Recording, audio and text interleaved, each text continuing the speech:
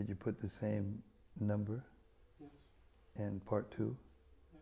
You did? Techie. It started yesterday. Techie. Okay. Hare Krishna, everyone. Sorry for that slight interruption. We've got 2 goddesses over here that just came here, and they put a whammy on our internet. First time it's been like that. So now we're on part 2. The part 1 was a little introduction and the introduction to the summary of the chapter. So we're starting right at the beginning of chapter 22. Krishna steals the clothes of the unmarried gopis. And I was just demonstrating to Sandy and Emma, our new guests, how the original Sanskrit sounds that we're translating from and then commenting on. And that's one of the glories of Srila Prabhupada's books, because they're not playing around. They're very authoritative. They give the original Devanagari script, which we can't read. Then it gives a transliteration. Then it gives a word-for-word breakdown of the meanings of each word and translations. Then a translation of the verse, and then a very beautiful explanation of the verse. And that explanation is consistent with and connected to a line of spiritual authority that goes right back to the first speakers of the book. And there's an unbroken line, just like when you plug, into your plug point, you get a juice. But if the wire of the plug point doesn't go all that way back to the powerhouse, then you don't get if it's broken. So like that, the succession of spiritual sound that comes has to go through an unbroken current from the mouth to the ear, to the mouth to the ear of persons who are actually fully realized in this knowledge. That's the level of authority that these books carry with them. So, text 1. The Sanskrit goes like this. Sri Shuka Uvacha Hemante Patame Masi Nanda Braja Kumarakaha Hirur Habisham Bunjana Katyayanya Chadambritam. Shukadev Goswami said, during the first month of the winter season, the young unmarried girls of Gokula observed the vow of worshipping goddess Katyayani. For the entire month, they ate only unspiced khichdi. That's a rice and dal preparation. Purport. The word Hemante refers to the month of Margashirsha, from approximately the middle of November to the middle of December, according to the Western calendar. In chapter 22 of Krishna, the Supreme Personality of Godhead, Srila Prabhupada comments that the gopis first ate habishana, a kind of food prepared by boiling together mung dal and rice without any spices or turmeric. According to Vedic injunction, this kind of food is recommended to purify the body before one enacts a ritualistic ceremony. Texts 2 and 3. My dear king, after they had bathed in the water of the Jamuna, just as the sun was rising, the gopis made an earthen deity of goddess Durga on the riverbank. Then they worshipped her with such aromatic substances as sandalwood pulp, along with other items, both opulent and simple, including lamps, fruits, betel nuts, newly grown leaves, and fragrant garlands and incense. Purport. The word balibi in this verse indicates offerings of clothing, ornaments, food, and so on. Text 4. Each of the young unmarried girls performed her worship while chanting the following mantra: O Goddess Katyayani, O great potency of the Lord, O possessor of great mystic power and mighty controller of all, please make the son of Nanda Maharaj my husband. I offer my obeisances unto you. Purport. According to the various acharyas, the goddess Durga mentioned in this verse is not the illusory energy of Krishna called Maya, but rather the internal potency of the Lord, known as Yogamaya. The distinction between the internal and external, or illusory potency of the Lord, is described in the Narada Pancharatra, in the conversation between Shruti and Vidya. Janat Jekat Para Kantam Saiva Durga Tanatmika Ya Para Parama Shaktir Mahavishnu Sarupini Yasya Vijnana Matrena Paranam Paramatmanaha Muhurtad Devadevasya Praptir Bhavadinanyata Ekayam Prema Sarvasva Subhava Gokuleshwari Anaya Sulabho Gyeya Adidevo Kileshwaraha Asya Avarika Shaktir Mahamaya Kileshwari Yaya Mugdam Jagat Sarvam Dehe Deha Bhimaninaha. The Lord's inferior potency, known as Durga, is dedicated to his loving service. Being the Lord's potency, this inferior energy is non-different from him. There is another, superior potency, whose form is on the same spiritual level as that of God himself. Simply by scientifically understanding this supreme potency, one can immediately achieve the supreme soul of all souls, who is the Lord of all lords. There is no other process to achieve him. That supreme potency of the Lord is known as Gokuleshwari, the goddess of Gokula. Her nature is to be completely absorbed in love of God, and through her one can easily obtain the primeval God, the Lord of all that be. This internal potency of the Lord has a covering potency known as Mahamaya, who rules the material world.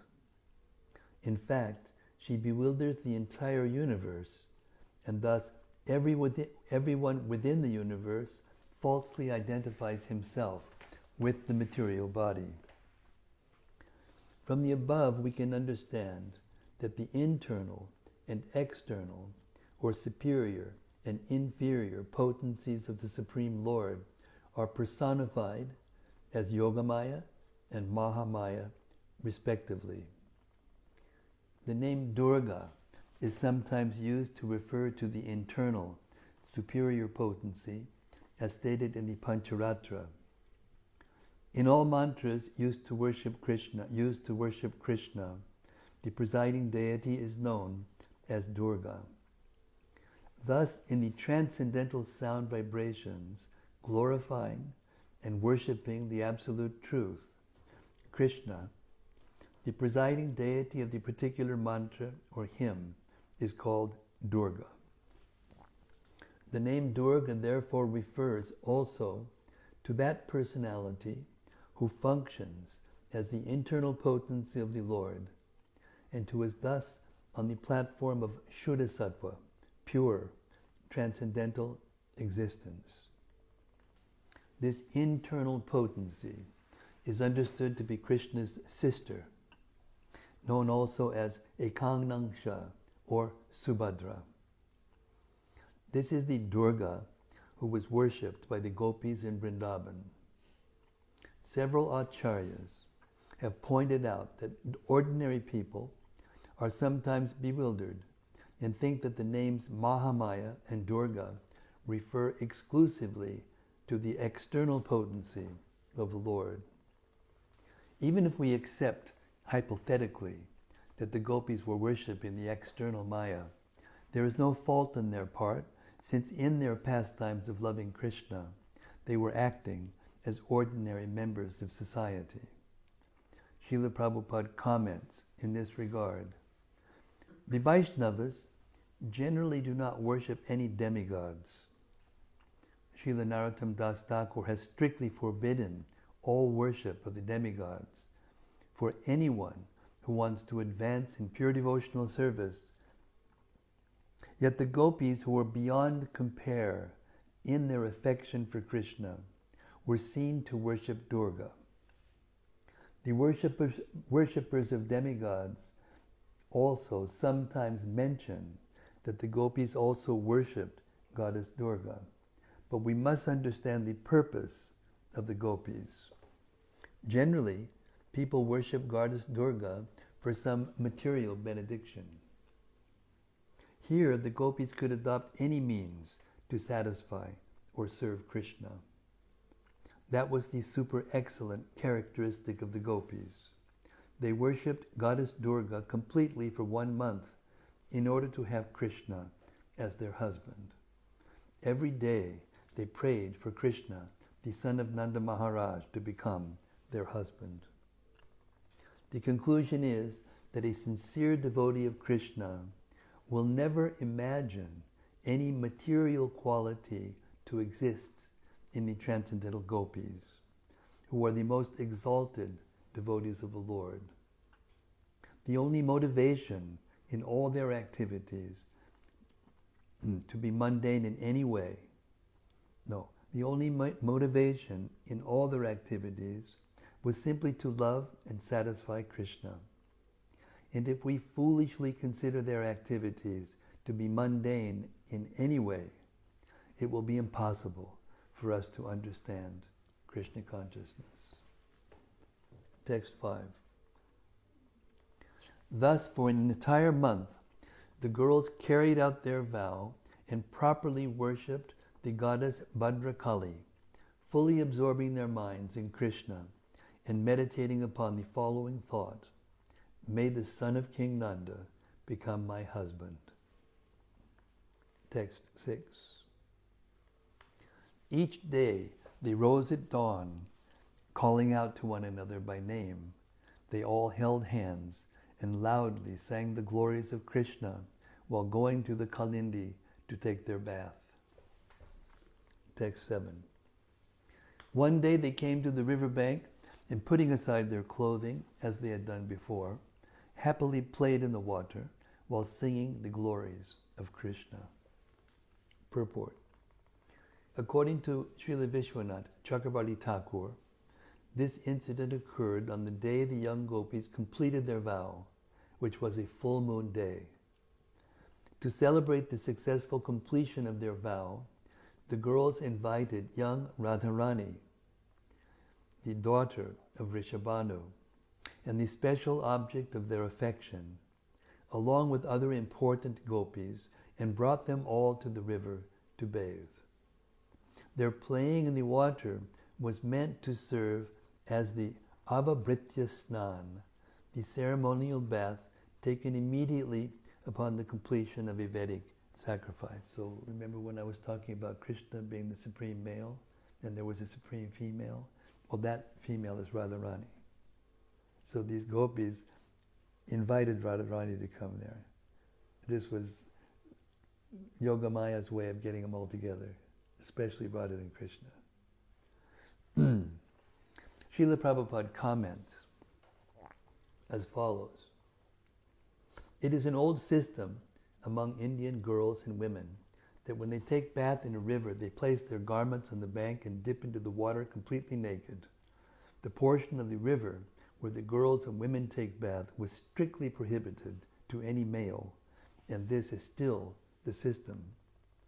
The Supreme Personality of Godhead, knowing the minds of the unmarried young gopis, awarded them their desired objective. They had prayed to Krishna to become their husband, and Krishna wanted to fulfill their desires. Text 8. Lord Krishna, the Supreme Personality of Godhead, and master of all masters of mystic yoga, was aware of what the gopis were doing. And thus he went there, surrounded by his young companions, to award the gopis the perfection of their endeavor. Now just bear in mind, he's 6 or 7 years old, in case you get any funny thoughts in your mind. Purport.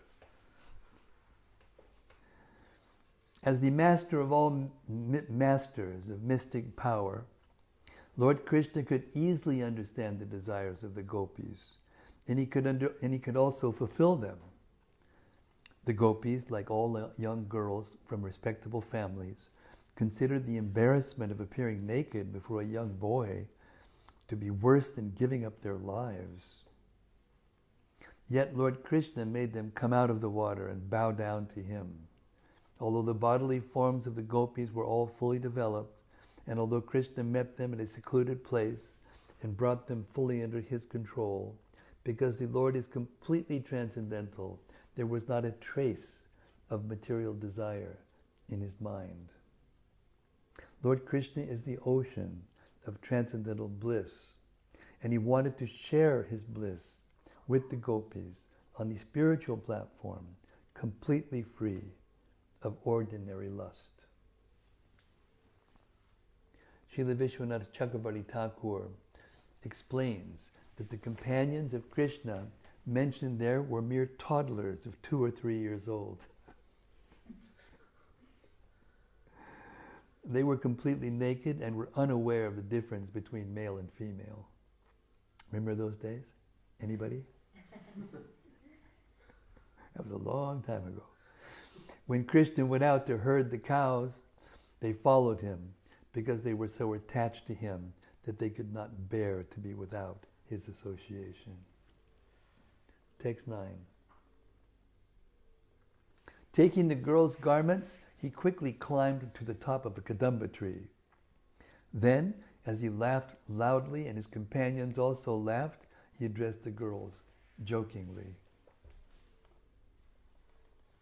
Lord Krishna said, "My dear girls, you may each come here as you wish and take back your garments. I'm telling you the truth, and I'm not joking with you, since I see you're fatigued from executing austere vows. I have never spoken a lie, and these boys know it. Therefore, O slender-waisted girls, please come forward, either one by one or all together, and pick out your clothes." Text 12. Seeing how Krishna was joking with them, the gopis became fully immersed in love for him. And as they glanced at each other, they began to laugh and joke among themselves, even in their embarrassment. But still, they did not come out of the water. Purport. Srila Vishwanath Chakravarti Thakur explains this verse as follows. The gopis were from most respectable families, and they might have argued with Krishna, "Why don't you simply leave our clothes on the bank of the river and go away?" Krishna might have replied, "But there are so many of you that some of the girls might take clothes belonging to another." The gopis would reply, "We are honest and we never steal anything. We never touch another's property." Then Krishna would say, "If that's true, then simply come and get your clothes. What is the difficulty?" When the gopis saw Krishna's determination, they were filled with loving ecstasy. Although embarrassed, they were overjoyed to receive such attention from Krishna. He was joking with them as if they were his wives or girlfriends, and the gopis' only desire was to achieve such a relationship with him. At the same time, they were embarrassed to be seen naked by him, but still they could not help laughing at his joking words and even began to joke among themselves. One gopi urging another, "Go ahead, you go first. And let us see if Krishna plays tricks on you. Then we will go later." Text 13. As Sri Govinda spoke to the gopis in this way, his joking words completely captivated their minds. Submerged up to their necks in the cold water, they began to shiver. Thus they addressed him as follows. Purport. Srila Vishwanath Chakravarti Thakur gives the following example of joking between Krishna and the gopis. Krishna, O bird-like girls, if you do not come here, then with these garments, O bird-like girls, if you do not come here, then with these garments caught in the branches, I will make a swing and a hammock. I need to lie down, since I have spent the entire night awake and am now becoming sleepy. Gopis, our dear cowherd boy, your cows, greedy for grass, have gone into a cave, so you must quickly go there to herd them back on the proper path. Krishna, come now, my dear cowherd girls, you must quickly go from here to Braj and perform your household duties. Don't become a disturbance to your parents and other elders. Gopis, our dear Krishna, we will not go home for an entire month, for it is by the order of our parents and other elders that we are executing this vow of fasting, the Katyayani Vrat. Krishna, my dear austere ladies, I too, by the strength of seeing you, have now developed a surprising mood of detachment from family life. I wish to stay here for a month and execute the vow of dwelling in the clouds. And if you show mercy to me, I can come down from here and observe the vow of fasting in your company. The gopis were completely captivated by Krishna's joking words, but out of shyness, they submerged themselves in the water up to their necks.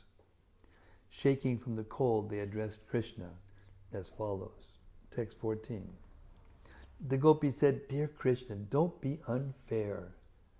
We know that you are the respectable son of Nanda and that you are honored by everyone in Braja. You are also very dear to us. Please give us back our clothes. We are shivering in the cold water. Text 15. O Shyamasundar, we are your maidservants and must do whatever you say, but give us back our clothing. You know what the religious principles are, and if you don't give us our clothes, we will have to tell the king. Please. The Supreme Personality of Godhead said, if you girls are actually my maidservants, and if you will really do what I say, then come here with your innocent smiles and let each girl pick out her clothes. If you don't do what I say, I won't give them back to you. And even if the king becomes angry, what can he do? Purport. Srila Prabhupada comments, when the gopis saw that Krishna was strong and determined, they had no alternative but to abide by his order. 17. Then, shivering from the painful cold, all the young girls rose up out of the water, covering their pubic area with their hands. Purport.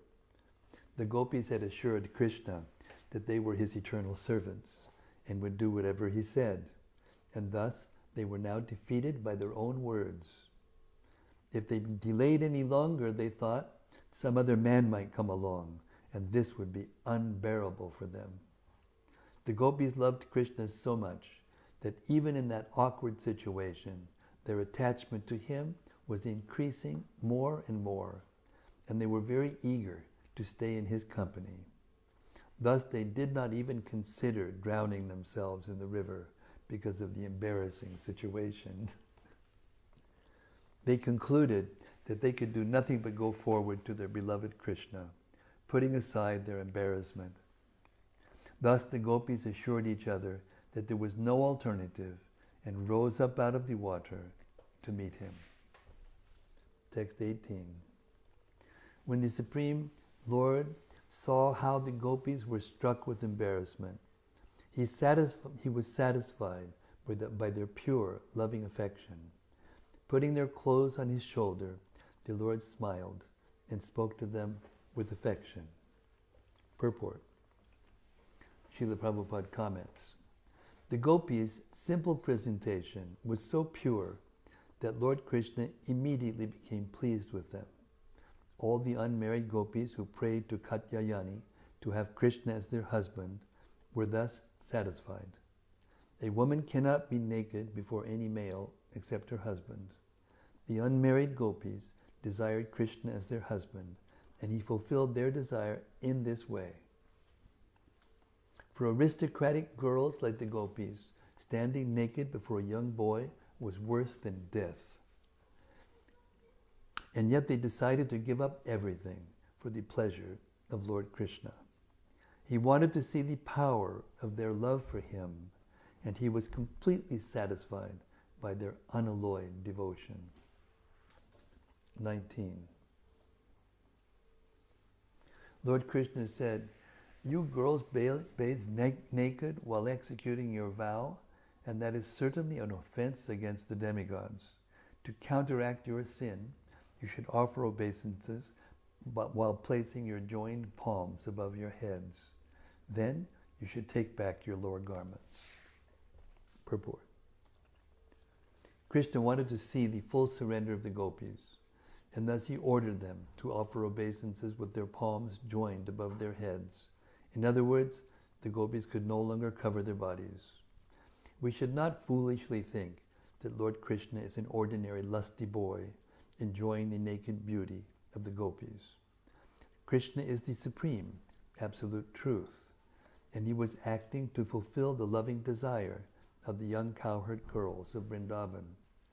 In this world, we would certainly become lusty in a situation like this, but to compare ourselves to God is a great offense, and because of this offense, we will not be able to understand Krishna's transcendental position, for we will wrongly take him to be materially conditioned like ourselves. To lose transcendental sight of Krishna is certainly a great disaster for one trying to relish the bliss of the absolute truth. Text 20. Thus the young girls of Vrindavan, considering what Lord Achyuta had told them, accepted that they had suffered a fall down from their vow by bathing naked in the river, but they still desired to successfully complete their vow. And since Lord Krishna is himself the ultimate result of all pious activities, they offered their obeisances to him to cleanse away all their sins. Purport. The transcendental position of Krishna consciousness is clearly described here. The Gopis decided that it would be better to renounce their so-called family tradition and traditional morality and simply surrender unto the Supreme Lord Krishna. This does not mean that the Krishna consciousness movement advocates immoral activities. In fact, the devotees of ISKCON practice the highest standard of restraint and morality. But at the same time, we recognize the transcendental position of Krishna. Lord Krishna is God, and therefore has no material desire to enjoy young girls in sexual affairs. As will be seen in this chapter, Lord Krishna was not at all attracted to enjoying the Gopis.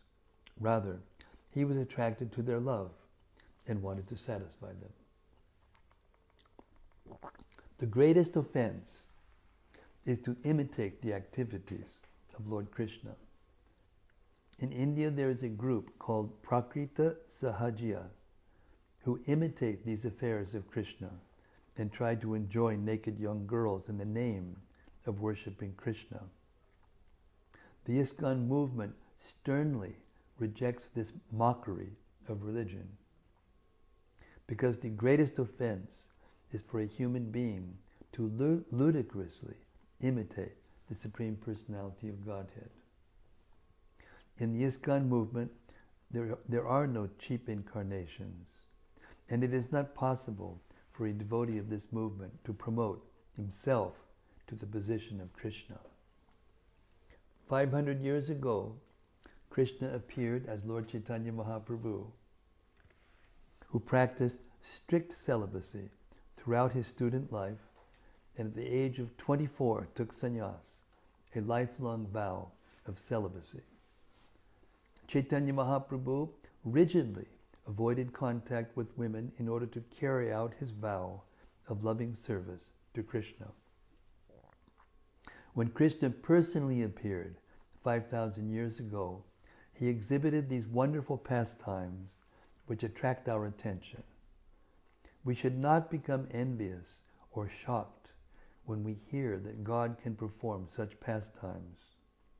Our shock is due to our ignorance, because if we tried to perform these activities, our bodies would be afflicted by lust. Lord Krishna, however, is the supreme absolute truth and is therefore never disturbed by any material desire whatsoever.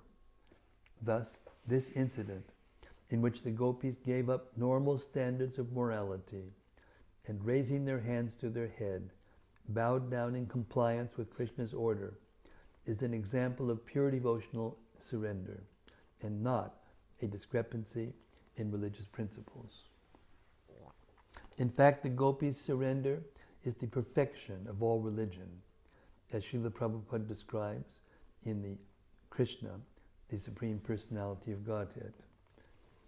The gopis were all simple souls, and whatever Krishna said, they took to be true. In order to be freed from the wrath of Varunadev, as well as to fulfill the desired end of their vows, and ultimately to please their worshipable Lord, Krishna, they immediately abided by his order.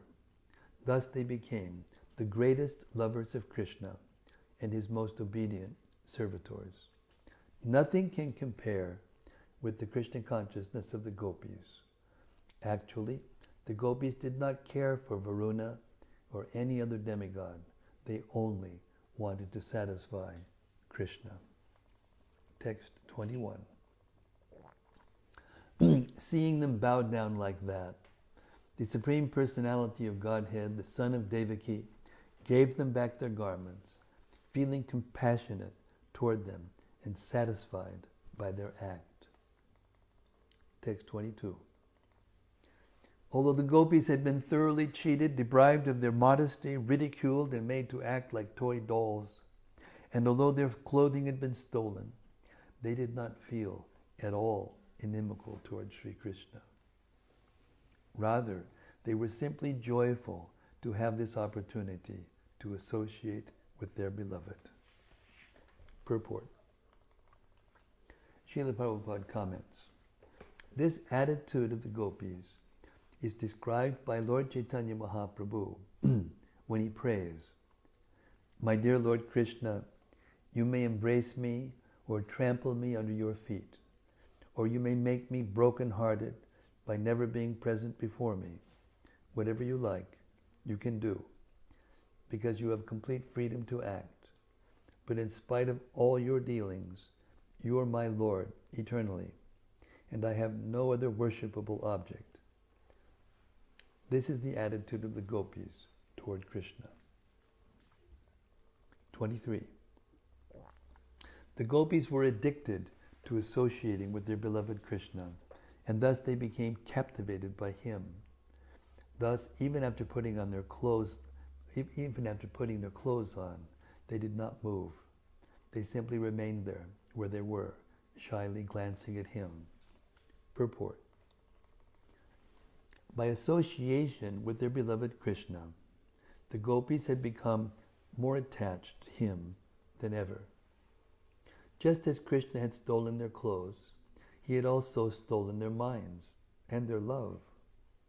The gopis interpreted the whole incident as proof that Krishna was also attached to them. Otherwise, why would he have gone to the trouble of playing with them in this way? Because they thought that Krishna was now attached to them, they glanced at him with shyness, and being stunned by the rising of their ecstatic love, they could not move from where they stood. Krishna had overcome their shyness and forced them to come out of the water naked. But now, having dressed properly, they again became shy in his presence. In fact, this incident increased their humbleness before Krishna. They did not want Krishna to see them staring at him, but they cautiously took the opportunity to glance at the Lord. 24. The Supreme Lord understood the determination of the Gopis in executing their strict vow. The Lord also knew that the girls desired to touch his lotus feet, and thus Lord Damodar, Krishna, spoke to them as follows. 25. Lord Krishna said, "O saintly girls, I understand that your real motive in this austerity has been to worship me. That intent of yours is approved of by me, and indeed it must come to pass." Purport. Just as Krishna is free of all impure desire, so are the Gopis. Their attempt to gain Krishna as their husband was therefore motivated not by a desire for personal sense gratification, but by their overwhelming desire to serve Krishna and to please him. Because of their intense love, the Gopis did not see Krishna as God, but rather as the most wonderful boy in all creation. And being beautiful young girls, they desired only to please him by loving service. Lord Krishna understood the pure desire of the Gopis and was thus satisfied. The Lord could certainly not be satisfied by ordinary lust, but he was moved by the intense loving devotion of the cowherd girls of Vrindavan. The desire of those who fix their minds on me does not lead to material desire for sense gratification, just as barley corns burned by the sun and then cooked can no longer grow into new sprouts. Purport. The word mai aveshitadiyam are very significant here. Unless one has achieved an advanced degree of devotion, one cannot fix the mind and intelligence on Krishna, since Krishna is pure spiritual existence. Self-realization is a state not of desirelessness, but rather of purified desire, wherein one desires only the pleasure of Krishna. The Gopis were certainly attracted to Krishna in a mood of conjugal love, and yet, having fixed their minds and indeed their entire existence completely on Krishna, their conjugal desire could never manifest as material lust. Rather, it became the most exalted form of love of Godhead ever seen within the universe. Text 27. Go now, girls, and return to Braj. Your desire is fulfilled, for in my company you will enjoy the coming nights. After all, this was the purpose of your vow, to worship Goddess Katyayani, O pure-hearted ones. 28. Shukadev Goswami said, thus instructed by the Supreme Personality of Godhead, the young girls, their desire now fulfilled, could bring themselves only with great difficulty to return to the village of Braja, meditating all the while upon his lotus feet. Purport. The Gopis' desire was fulfilled because Lord Krishna had agreed to act as their husband. A young girl can never spend the night with any man except her husband, and thus when Krishna agreed to engage the girls in the nocturnal rasa dance during the coming autumn season, in effect, he was agreeing to reciprocate their love for him in the role of a husband. Text 29. Sometime later, Lord Krishna, the son of Devaki, surrounded by his cowherd friends, and accompanied by his elder brother Balaram, went a good distance away from Vrindavan, herding the cows. Purport. Having described how Lord Krishna stole the garments of the young gopis, Shukadeva Goswami now begins introducing the description of Lord Krishna's blessings upon the wives of some ritualistic brahmanas. Text 30.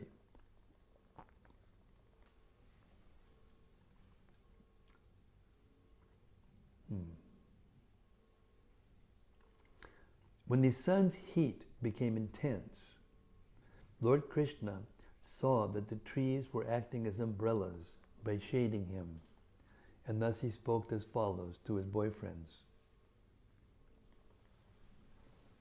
Lord Krishna said, O Stoka Krishna, O Angshu, O Sridama, Subala, and Arjun, O Vishal, Rishabh, Ojasvi, Devaprashta, and Varutapa. Just see these greatly fortunate trees, whose lives are completely dedicated to the benefit of others. Even while tolerating the wind, rain, heat, and snow, they protect us from these elements. Purport. Lord Krishna was preparing to bestow his mercy on the wives of the hard-hearted, ritualistic brahmanas. And in these verses, the Lord indicates that even trees who are dedicated to the welfare of others are superior to brahmanas who are not. Certainly the members of the Krishna consciousness movement should soberly study this point.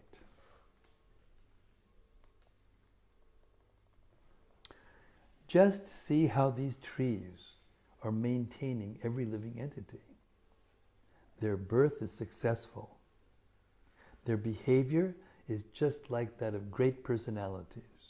For anyone who asks anything from a tree never goes away disappointed. Purport. This translation is quoted from Srila Prabhupada's Chaitanya Charitamrita, Adi 9:46. 34. These trees fulfill one's desires with their leaves, flowers, and fruits, their shade, roots, bark, and wood, and also with their fragrance, sap, ashes, pulp, and shoots. 35. It is the duty, this is a really important verse, I'll skip it, I'll say the Sanskrit. Itavaj jan masapal yam dehinam ihadehishu pranay artayr diyabhacha shreya acharanam sada. It is the duty of every living being to perform welfare activities for the benefit of others with his life, wealth, intelligence, and words. Purport.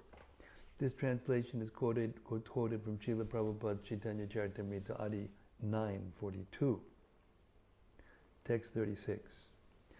Thus, moving among the trees, whose branches were bent low by their abundance of twigs, fruits, flowers, and leaves, Lord Krishna came to the Yamuna River. Text 37. The cowherd boys let the cows drink the clear, cool, and wholesome water of the Yamuna. O King Parikshit, the cowherd boys themselves also drank that sweet water to their full satisfaction. Text 38. Then, O King, the cowherd boys began herding the animals in a leisurely way within a small forest along the Yamuna. But soon they became afflicted by hunger and approached Krishna and Balaram. And approaching Krishna and Balaram spoke as follows. Srila Jiva Goswami explains that the cowherd boys were concerned that Krishna would be hungry, and thus they feigned their own hunger so that Krishna and Balaram would make suitable arrangements to eat. Thus end the purports of the humble servants of His Divine Grace, A.C. Bhaktivedanta Swami Prabhupada, to the 10th canto, 22nd chapter of Srimad-Bhagavatam, entitled Krishna Steals the Garments of the Unmarried Gopis.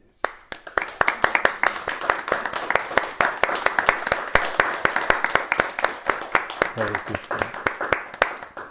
So I must say that our two first-time guests, Sandy and Jin, are must be special to hear that pastime, the first time you ever hear something serious like this in such as.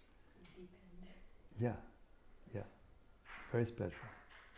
So now we have what we call an open mic session. We have a second mic, we pass it around, and anybody who something within the reading stuck in their minds, and they want to reflect on, or they want more discussion on, or there may be some question or some doubt or whatever, we welcome you to do that. And we have a special mic that you can, so that the personalities who are watching can also enjoy. Hare Krishna. This is probably one of the most difficult subjects in the Krishna conscious philosophy, to understand without misconception, without misunderstanding. So we'll try to fill in gaps and elaborate or embellish until you can go away fully satisfied. Hare Krishna. Okay, the ball is on your court.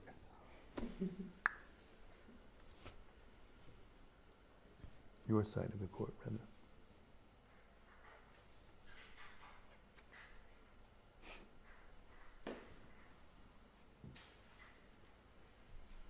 Looks like everyone's done. Yes, Shyam, I knew I could count on you.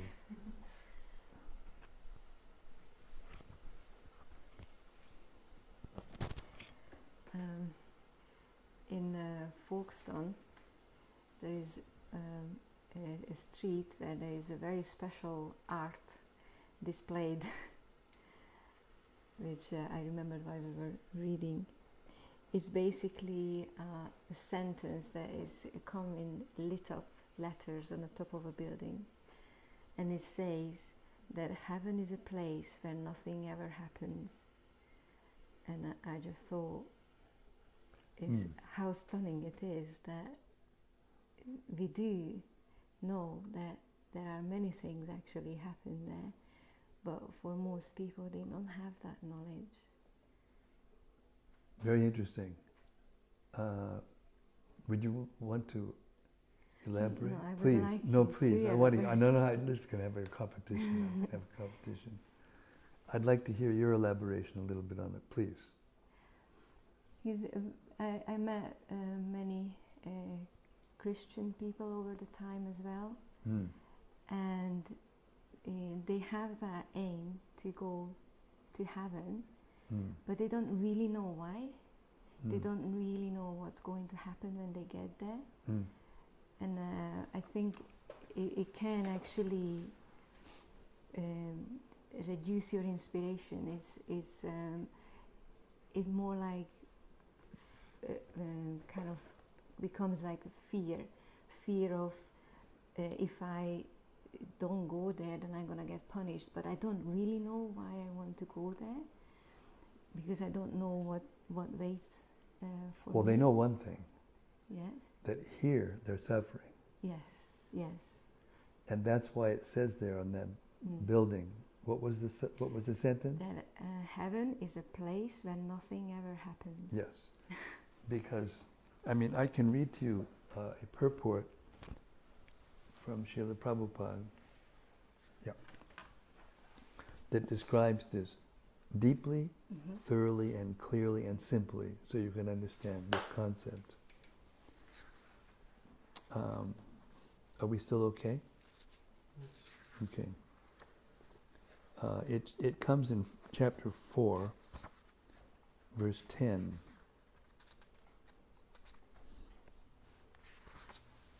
This is Krishna himself speaking. This is when he grew up. Krishna, when he comes to the material world, he appears to be a baby and he appears to grow. But the difference is he only grows until he's 16, and then he stays 16, and he stays for 125 years. So during the later part of his life, he spoke this book, the Bhagavad Gita. You may have heard of that book. It's a very famous book. I mean, everyone has heard of the Bhagavad Gita. Anyone who's anyone. So this is the verse. Vita raga bhaya krodha manmaya mam upashritaha bahavo jnana tapasa puta madbhavamagataha. Being freed from attachment, fear, and anger, being fully absorbed in me, taking refuge in me, many persons in the past became purified by knowledge of me, and thus they all attained transcendental love for me. Purport. As described above, it is very difficult for a person who is too materially affected to understand the personal nature of the Supreme Absolute Truth. Generally, people who are attached to the bodily conception of life are so absorbed in materialism that it is almost impossible for them to understand how the Supreme can be a person. Such materialists cannot even imagine that there is a transcendental body which is imperishable, full of knowledge, and eternally blissful. In the materialistic concept, the body is perishable, full of ignorance, and completely miserable. Therefore, people in general keep this same bodily idea in mind when they are informed of the personal form of the Lord. For such materialistic men, the form of the gigantic material manifestation is supreme. Consequently, they consider the Supreme to be impersonal. And because they are too materially absorbed, the conception of retaining the personality after liberation from matter frightens them. When they are informed that spiritual life is also individual and personal, they become afraid of becoming persons again. And so they naturally prefer a kind of merging into the impersonal void. Where have you heard that before? The drops of water merge into the ocean, become the ocean, all this dribble.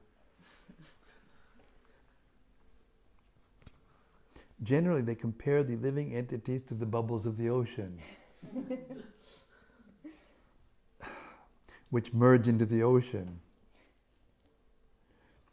That is the highest perfection of spiritual existence attainable without individual personality. This is a kind of fearful stage of life, devoid of perfect knowledge of spiritual existence. Furthermore, there are many persons who cannot understand the spiritual existence at all, being embarrassed by so many theories and by contradictions of various types of philosophical speculation. They become disgusted or angry and foolishly conclude that there is no supreme cause and that everything is ultimately void. Such people are in a diseased condition of life. Some people are too materially attached and therefore do not give attention to spiritual life. Some of them want to merge into the supreme spiritual cause, and some of them disbelieve in everything, being angry at all sorts of spiritual speculation out of hopelessness. This last class of men take to the shelter of some kind of intoxication, and their affective hallucinations are sometimes accepted as spiritual vision. Does that sound familiar to anyone? One has to get rid of all three stages of material consciousness: attachment to material life, fear of a spiritual personal identity, and the conception of void that arises from frustration in life. To get free from these three stages of the material concept of life, one has to take complete shelter of the Lord, guided by the bona fide spiritual master, and follow the disciplines and regulative principles of devotional life. The last stage of devotional life is called bhava, or transcendental love of Godhead. According to the Bhakti Rasamrita Sindhu, 1:4-15-16, the science of devotional service, Adau Shraddha Tata Sadhu Sangha, Tabhajana Kriya, Tato Nartha Nivriti Syat, Tato Nishta Ruchis Tata, Atas Shaktis Tato Bhavas, Tatak Prema Bhudanchati, Sadhakanam Ayam Premna, Pradur Bhave Bhavet Kramaha. In the beginning, one must have a preliminary desire for self-realization, seeker. I'll read that again. In the beginning, one must have a preliminary desire for self-realization. This will bring one to the stage of trying to associate with persons who are spiritually elevated. In the next stage, one becomes initiated by an elevated spiritual master, and under his instruction, the neophyte devotee begins the process of devotional service. By execution of devotional service, under the guidance of the spiritual master, one becomes free from all material attachment, attains steadiness in self-realization, and acquires a taste for hearing about the absolute personality of Godhead, Sri Krishna. This taste leads one further forward to attachment for Krishna, consciousness, which is matured in bhava, or the preliminary stage of transcendental love of God. Real love for God is called prema, the highest perfectional stage of life. In the prema stage, there is constant engagement in the transcendental loving service of the Lord. So by the slow process of devotional service, under the guidance of the bona fide spiritual master, one can attain the highest stage, being freed from all material attachment, from the fearfulness of one's individual spiritual personality, and from the frustration that result in void philosophy. Then one can ultimately attain to the abode of the Supreme Lord. That elaborates on your point perfectly. And also we have the Srimad-Bhagavatam, especially the 10th canto, that kind of gives a glimpse at what actually happens in heaven, and it's not like nothing ever happens, it's more like full of activities. That's right. And full of excitement and variety, yes, and relationships and everything. Yeah, everything that we see here. See, what we're seeing here is a reflection of the reality. It's like when you look in the mirror and the mirror is covered with dust or fog. You can't see, you may be able to see something. You look like this and you see some movement, but you can't see yourself clearly. But if you clean the mirror to a polish so it's completely clear, then you see yourself clear, crisp and clear. So the material world is a reflection of the spiritual world. This is just an analogy. This is a gross example. There's a tree on the body of water, on the bank of a body of water, and the tree's reflection is here on the water. The water represents desire, material desire. desire to enjoy, desire to control, the desire to own the energy of God without God. So the material world is reflected on that desire, and God's form contains all of the information content that's required to create forms that reflect the forms in the spiritual world. Just like, the information content within a male and female human body, when they unite, then they get a human body. They don't get a dog's body or a pig's body or a monkey's body or a snake body. They get a human body because the information content in those bodies dictate by the laws of nature what form will be produced. So if you think for yourself, don't just hear and then just think for yourself. My form has source, their forms have source, their form has source, as do all the other species of life. And if you keep following back to the source, you must come to a form that has all the information content required to produce all the living environments and the forms in the material world. That's the actual way that the evolution of the material world came into existence. The difference is that the forms in the reflection are temporary. Just like when you look at your form in the mirror and it's foggy, then you can't see yourself clear. But if it's clear, you see yourself clear. But when you raise your right arm in the mirror, the left arm raises. And when you step away from the mirror, the image in the mirror goes away. At the same time, when you decorate yourself, the decoration appears in the mirror. So this sign that Shamagori was noticing in Folkestone, heaven is where nothing happens, is a result of all of these things that we read from this purport and this idea. They know there's something better. The forms here are temporary. The forms here, like when the lake dries up, there's no more form of the tree. But the tree is, relatively speaking, permanent. So there's a spiritual world, and it's eternal, and all the forms there are eternal. And there's no disease, there's no death, there's no birth, there's no old age. These are the basic sufferings of material existence.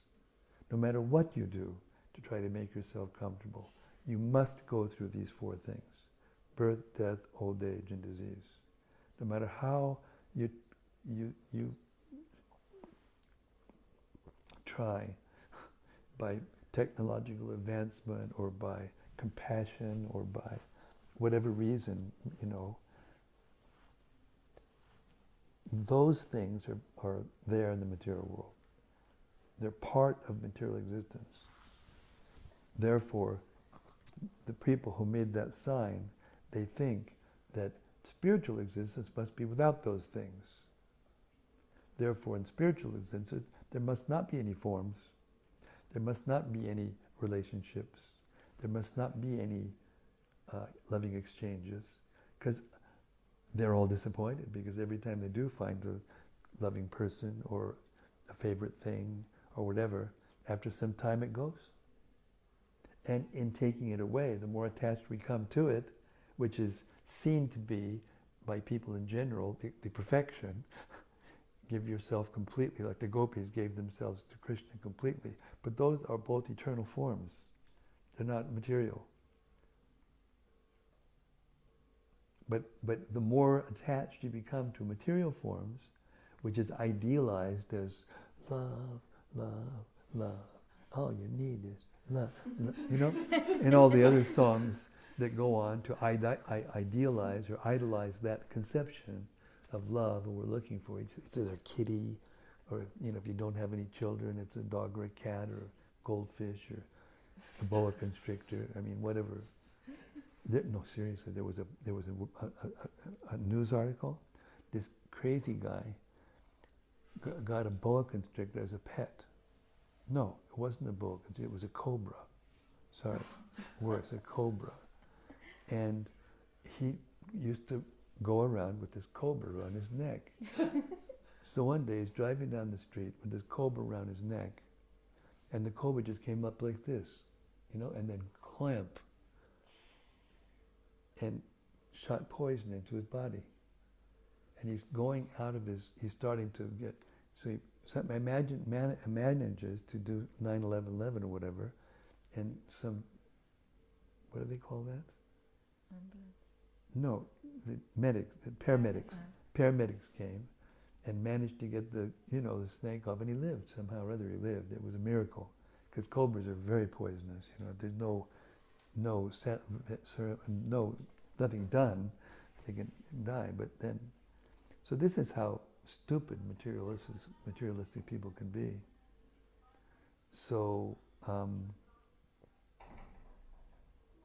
but the reality is there.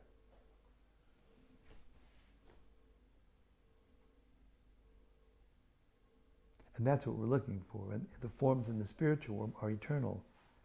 There is no death, there is no old age, there is no birth and disease. And that's what we want.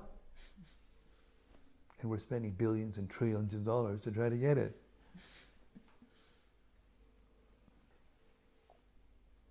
And we can get it. It's a very simple process, and that's to learn the art of loving Krishna. And that last part of that purport I just read explained the process.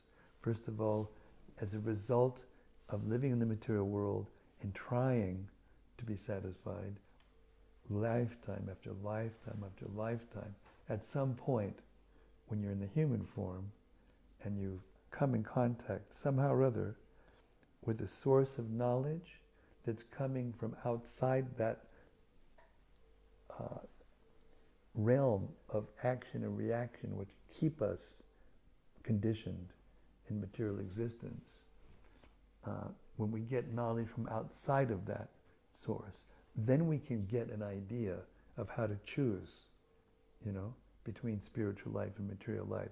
Otherwise, we're bound by the laws of karma. So there's a term in Sanskrit, there's 3 terms. Karma is a little more complicated than just karma.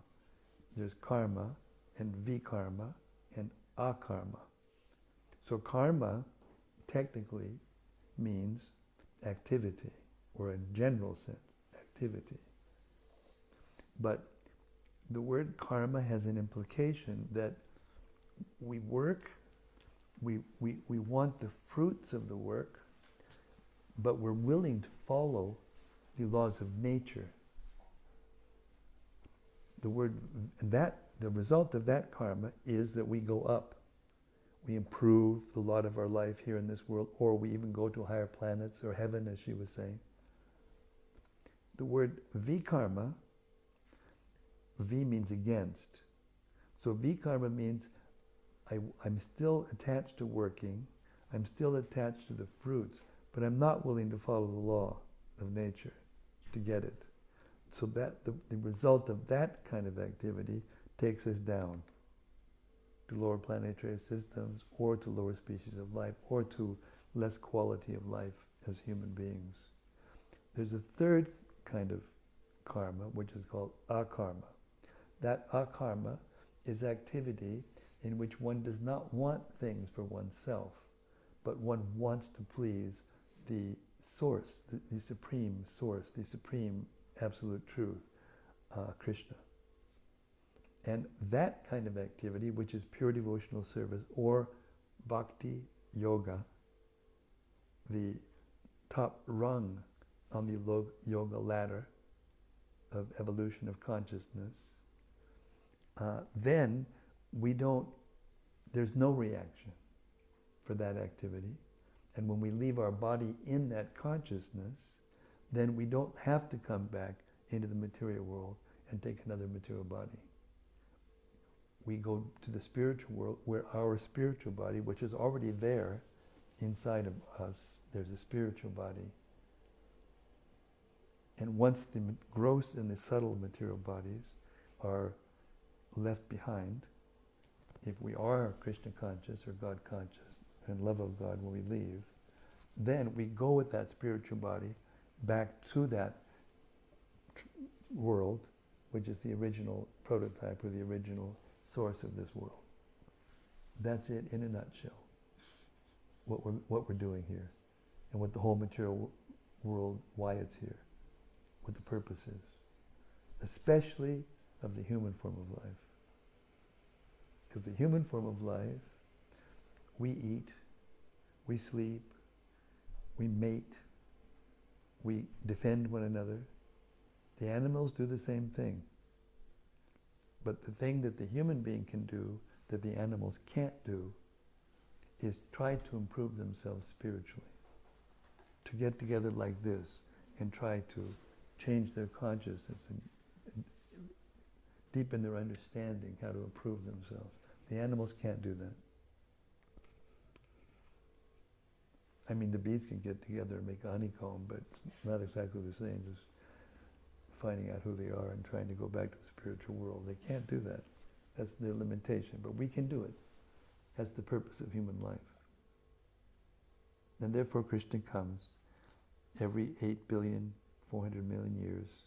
That's one day of Brahma in that scheme of time we were talking about, cycles of time. One day of Lord Brahma is 8,600,000,000 years. Krishna comes once in every day of Brahma to this planet. That was 5,000 years ago in this time. Lord Chaitanya comes again as Lord Chaitanya, who is Radha and Krishna combined. You know, the male and the female, the power to,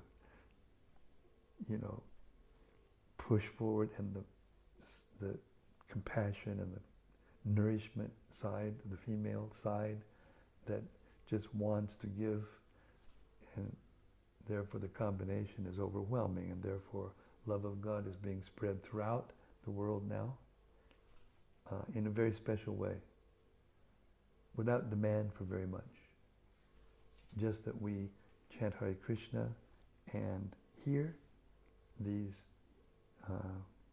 transcendental sounds, pastimes of Krishna, and take prasadam, food offered to Krishna. That's it.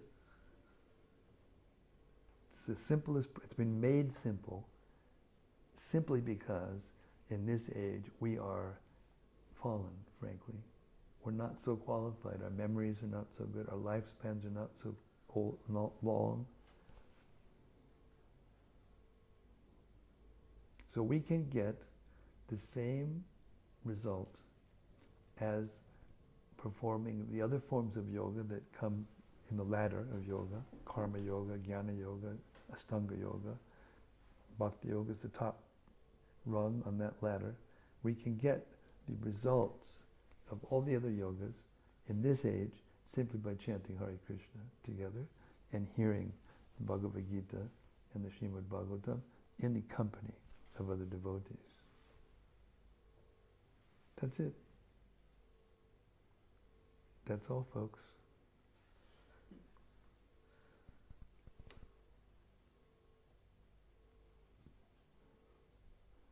Questions? A little overwhelming. A lot to take in. So you're a seeker, so there you have it. Krishna's in your heart. And as soon as that desire to find out gets intense enough, then he sends devotees. Sends you to devotees, or sends devotees to you, or both. With all of this realm of knowledge and happiness and possibilities that we can't even imagine in material existence. We're too busy fighting with each other over this and that and the other thing.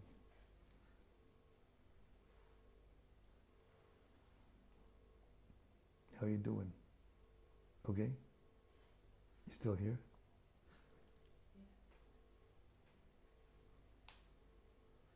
This is Bhakti Yoga. It doesn't require you to sit down in one place and stop everything. Be mindful and all that. It just requires that you learn the art of loving Krishna.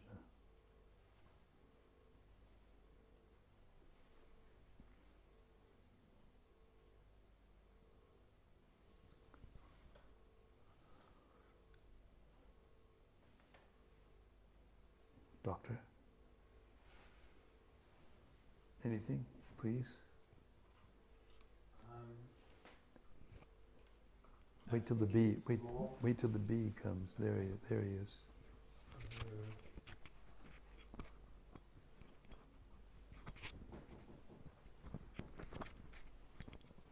Well, you're a doctor. You can hold it carefully. We had a person in here the other day, wasn't able to hold it, and broke the thing, so that's why we're being a little more careful.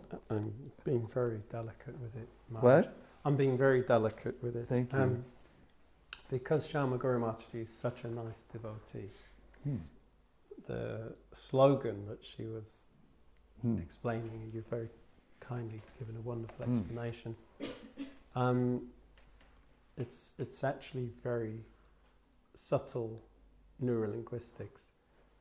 Heaven is the place where nothing happens, means if I'm doing nothing, I'm in heaven. So it's probably above either Starbucks or Costa or something like that, because that's the word jugglery. That's idea. That's the idea. Yeah, it's a sort of real depersonalization. Yeah.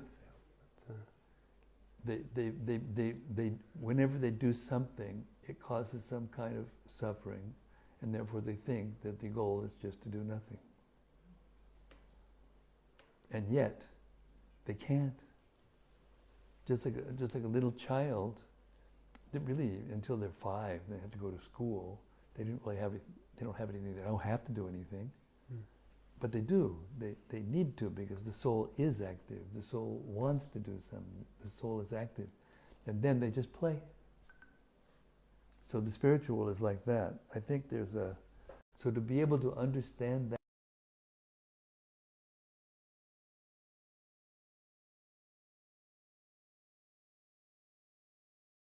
At least in the beginning, a little free from those things. Purify our activities in our mind. And as it said in one of the verses that we just read, to do good to others by our wealth and our words and our intelligence and our resources. There's a nice verse in the Gita where Krishna defines austerity of the mind.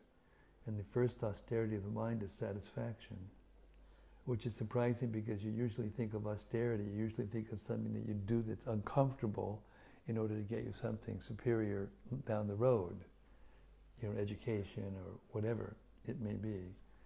But actually, the real austerity of the mind is satisfaction. Why is it austerity? Because in the material world, the mind is always dissatisfied. It's always hankering for something else. It's going here, it's going there, it's restless, So then in this verse, Krishna and Prabhupada are describing how to have a peaceful mind, how to have a mind that is not dissatisfied but satisfied. And the first thing the first part of the formula is that we don't think about sense gratification. We stop hankering for material opulence or sex or wealth or whatever, prestige or fame or whatever it is, economic security, all those things. And the second thing is that we train our minds how to always be thinking of doing good for others. Because as soon as your mind is dissatisfied or you're suffering, when you try to do something good for someone else, automatically your mind becomes more peaceful. And the last thing is that we dovetail or we transfer our minds, to the wonderful descriptions given in the transcendental sound that's coming down from the spiritual world, that has the potency, the holy name of Krishna, Maha Mantra, the Bhagavad Gita, Srimad-Bhagavatam, the pastimes of Lord Chaitanya given in Chaitanya Charitamrita, and these books, corollary scripts to these books. And so we dovetail our mind in those things, remember those things instead of the things that we normally do. And when we do our day-to-day activities, rather than just lust and greed and anger and illusion and all madness and all these things, we try to do good for others. And ultimately that will lead you to this. If you keep trying to do good to others, Krishna in your heart, you'll say, okay, it's time. Let's hear about me. And then you get what you're looking for.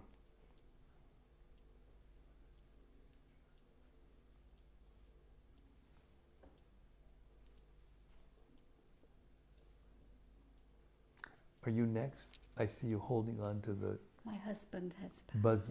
The bumblebee has come to you. The bumblebee has been passed on to me by my good husband, Maharaj. So he's empowering me to say one or two things. I was very inspired by how you're explaining this deep end chapter, as Shamagori said. Is it that in the material world we get tired of using our bodies and minds, and the minds become so mindful that actually we need to lessen that load on the mind and sometimes become less of a mind? And you said so nicely that when we engage our understanding that we are spirit souls, then that relationship with the Lord can begin to come about, because that's the spiritual platform. Well, it's because we want. Because we... Yeah, because we want. The desire of the soul Yes. is actually to love God. And we see here in this chapter that the young Gopis are so much in love with the Lord. Yes. And he wants to fulfill their love for him. Yes. And they're able to do that, and in such a way that this love becomes the most exalted and most historically alive, that it's still here today for us to want to know more and more about it. And in Chaitanya Charitamrita, the definition of love is given in various ways. And one of them is, in contrast to lust, lust is like iron and love is like gold. And the lust means the desire for my sense gratification. And the love means the desire for the sense gratification of Krishna, without any desire for my own sense gratification.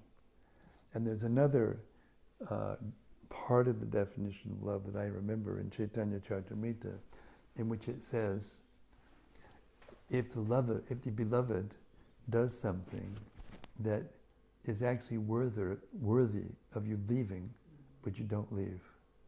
And that was exhibited by the Gopis here. He did something so outrageous.